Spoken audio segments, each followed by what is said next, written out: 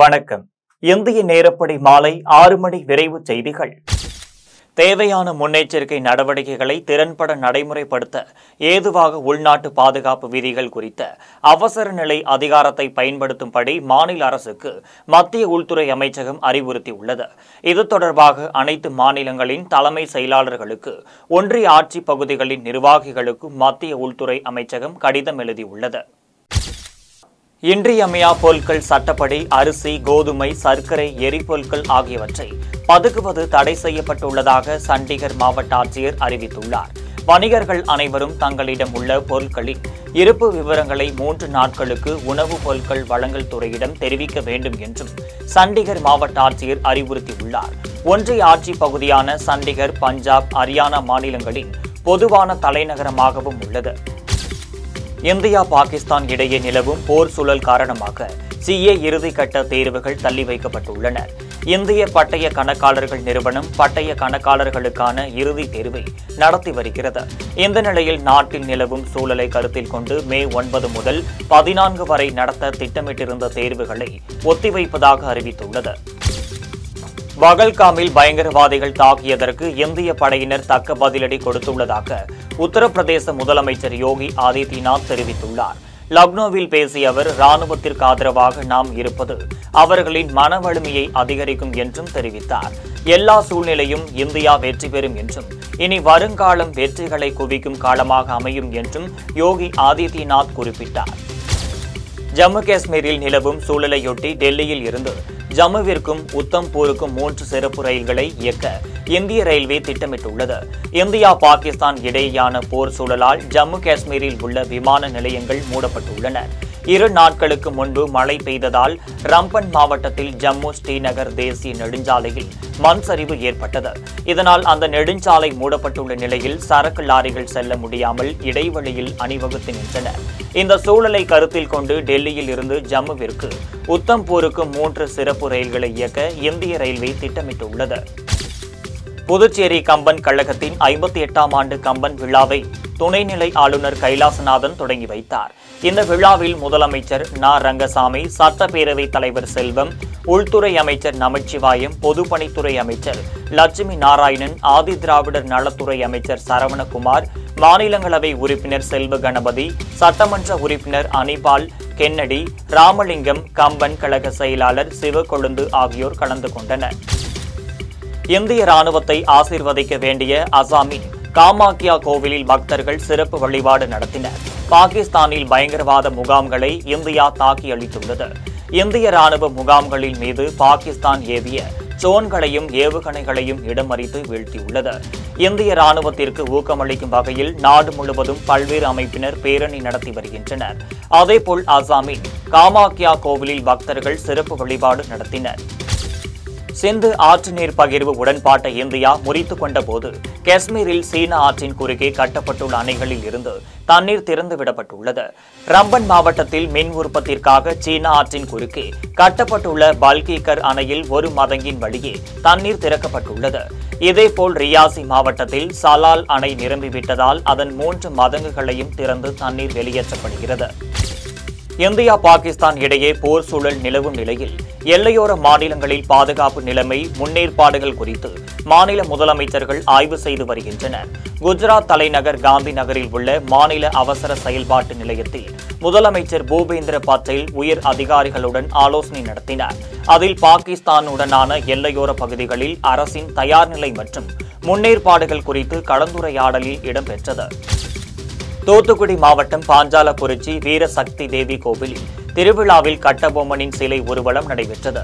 அலங்கரிக்கப்பட்ட தேரில் கட்டபொம்மன் சிலையை வைத்து ஊர்வலமாக எடுத்துச் சென்றனர். இதனை காவல்துறையினர் தடுத்து நிறுத்தியதால் மக்கள் வாக்குவாதத்தில் ஈடுபட்டு முற்றுகை போராட்டம் நடத்தினர். காவல் துணை கண்காணிப்பாளர் மதன் தலைமையிலான காவல்துறையினர் பேச்சு நடத்தியதை அடுத்து போராட்டம் கைவிடப்பட்டது. சேலம் மாவட்டம் கெங்கவள்ளி அருகே கூடமலை நெல் கொள்முதல் நிலையத்தில் நெல் உலர வைக்க களம் இல்லாததால் நெல் மழையில் நனைந்து வீணாகுவதாக விவசாயிகள் வேதனை தெரிவித்துள்ளனர். கூடமலை, கொண்டையம்பள்ளி, கோனேரிப்பட்டி, உளிபுரம், நாகையம்பட்டி உள்ளிட்ட 10க்கும் மேற்பட்ட ஊர்களைச் சேர்ந்த விவசாயிகள் இந்த கொள்முதல் நிலையத்தில் நெல் விற்க வருகின்றனர். மழை பெய்யும் போது நெல் நனைந்து முளைத்து போகும் நிலை உள்ளதால் உலர்களம் அமைத்து தர வேண்டும் என தமிழக அரசிடம் விவசாயிகள் கோரிக்கை வைத்துள்ளனர். செங்கல்பட்டு மாவட்டம் மாமல்லபுரம் அருகே திருவிடந்தையில் மே 11ஆம் தேதி பாமக சார்பில் வன்னியர் சங்கம் நடத்தும் சித்திரை முழுநிலவு வன்னியர் இளைஞர் பெருவிழா மாநாடு நடைபெற உள்ளது.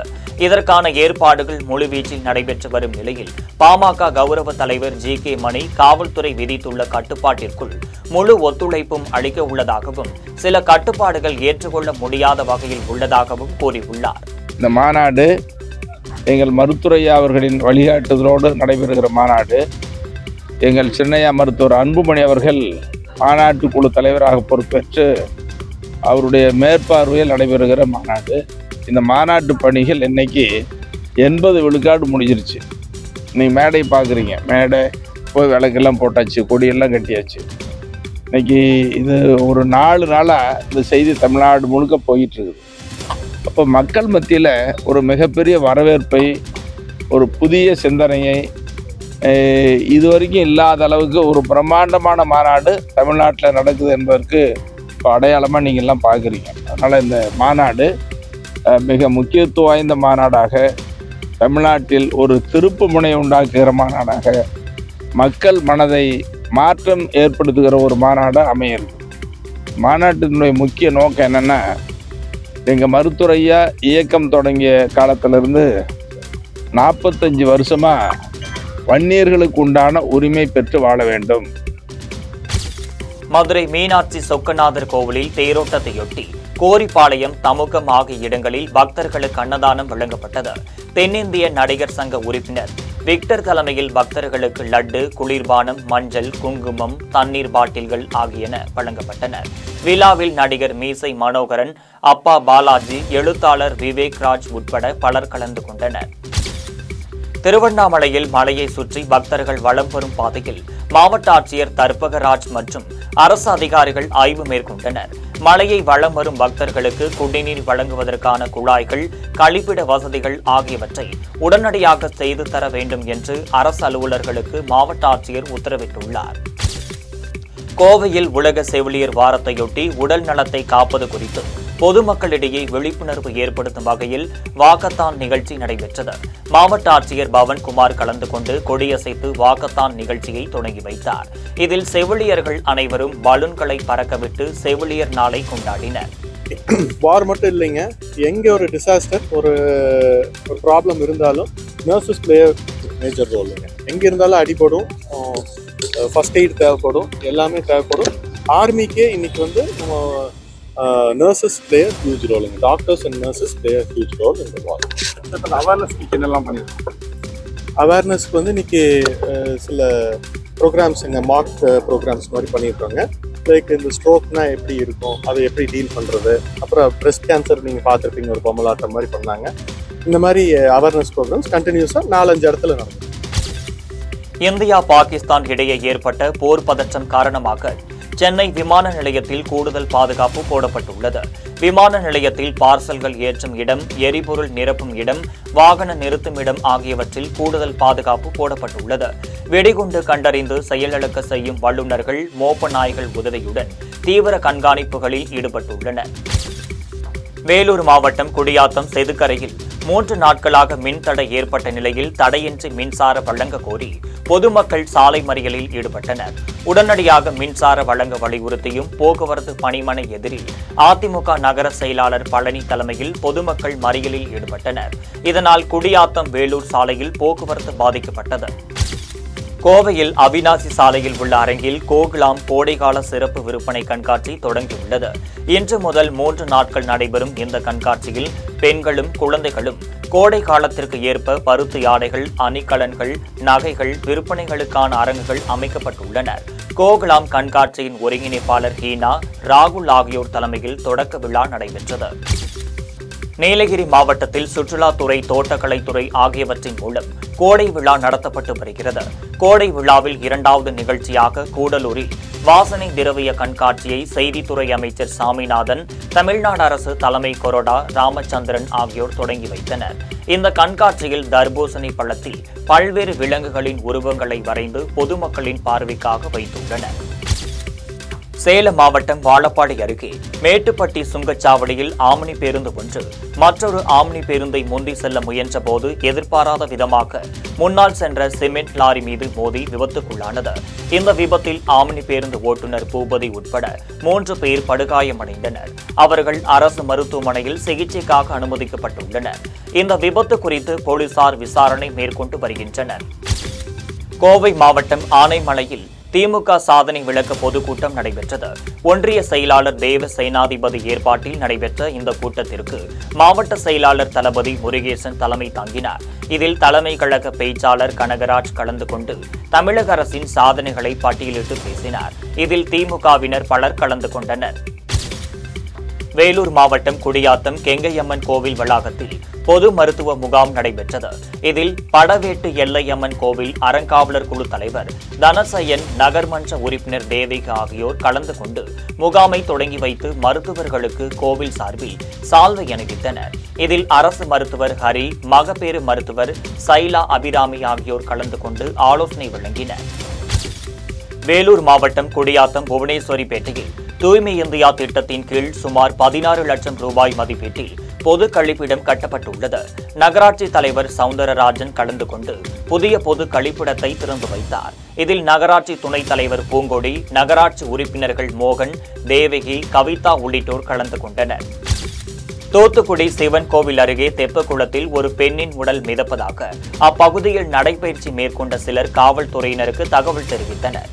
அதன் பேரில் காவல்துறையினர் மற்றும் தீயணைப்புத் துறையினர் தெப்பக்குளத்தில் கிடந்த சுமார் 60 வயது மதிக்கத்தக்க பெண்ணின் சடலத்தை மீட்டு விசாரணை நடத்தி வருகின்றனர். வேலூர் மாவட்டம் குடியாத்தம் சீவூர் ஆகாய கெங்கையம்மன் கோவில் திருவிழாவையொட்டி ஆற்றங்கரையிலிருந்து சிரசு ஊர்வலம் தொடங்கி முக்கிய வீதிகள் வழியாக சென்று கோவிலை அடைத்தது.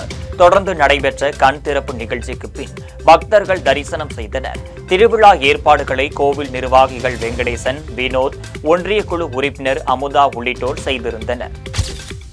வேலூர் மாவட்டம் அரியூரில் உள்ள திருமலை கோடி நாராயணி பீடத்தின் 33ஆம் ஆண்டு விழாவையொட்டி 10,008 மஞ்சள் நீர்க்குடங்களில் நீர் எடுத்து வந்து அபிஷேகம் நடைபெற்றது. பக்தர்கள் யானைகளுடன் மேளதாளங்கள் முழங்க ஊர்வலமாக வந்து சுயம்பு நாராயணி அம்மனுக்கு அபிஷேகம் செய்தனர். பின்னர் ஆலயத்தில் நாராயணி மூல மந்திர யாகம் நடைபெற்றது. சேலம் மாவட்டம் ஆத்தூர் அருகே ராமநாயகன் பாளையம் முத்துமாரியம்மன் கோவில் கும்பாபிஷேக விழா சிறப்பாக நடைபெற்றது. யாகசாலையில் வைத்து பூஜிக்கப்பட்ட தீர்த்த குடம் மேளதாளம் முழங்க எடுத்து செல்லப்பட்டு கோபுர கலசத்திற்கு புனித நீர் ஊற்றப்பட்டது. ராமநாயக்கன் பாளையம், தென்னங்குடி பாளையம், கல்பகனூர், கொத்தம்பாடி ஆகிய ஊர்களில் இருந்து ஏராளமான பக்தர்கள் பங்கேற்று வழிபட்டனர்.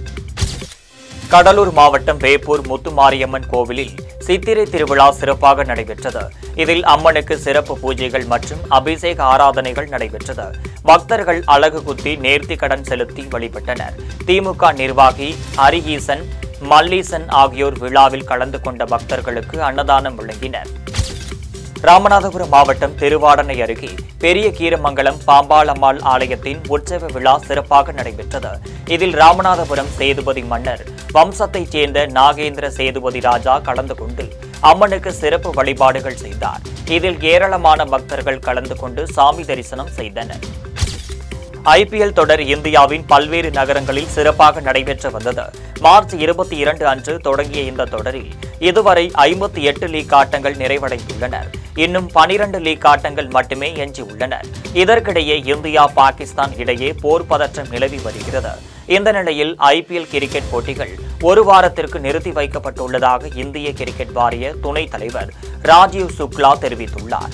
இந்திய ராணுவத்தின் வீர செயல்களால் தாங்கள் பெருமை கொள்வதாகவும் இந்திய ராணுவம், அரசு ஆகியவற்றின் பக்கம் கிரிக்கெட் வாரியம் எப்போதும் இருக்கும் என்றும் ராஜீவ் சுக்லா குறிப்பிட்டார். தென்னிந்திய பகுதிகளில் மேல் வளிமண்டல கீழடுக்கு பகுதிகளில் கிழக்கு மற்றும் மேற்கு திசை காற்று சந்திக்கும் பகுதி நிலவுகிறது. இதனால் இன்று தமிழகத்தில் ஒரு சில இடங்களிலும், புதுச்சேரி, காரைக்கால் பகுதிகளிலும் இடி, மின்னல் மற்றும் பலத்த காற்றுடன் கூடிய லேசானது முதல் மிதமான மழை பெய்யக்கூடும் என்று சென்னை வானிலை ஆய்வு மையம் தெரிவித்திருந்தது. ராணிப்பேட்டை, வேலூர், திருவண்ணாமலை, கள்ளக்குறிச்சி, அரியலூர், பெரம்பலூர் ஆகிய 6 மாவட்டங்களில் மிதமான மழை பெய்ய வாய்ப்புள்ளதாக தெரிவித்துள்ளது. இத்துடன் ஜெம் செய்திகள் நிறைவடைகின்றன. மீண்டும் செய்திகள் இன்று இரவு 8:30 மணிக்கு. செய்திகளை உடனுக்குடன் தெரிந்து கொள்ள gemlive.tv என்ற இணையதளத்தில் இணைந்திருங்கள். நன்றி, வணக்கம்.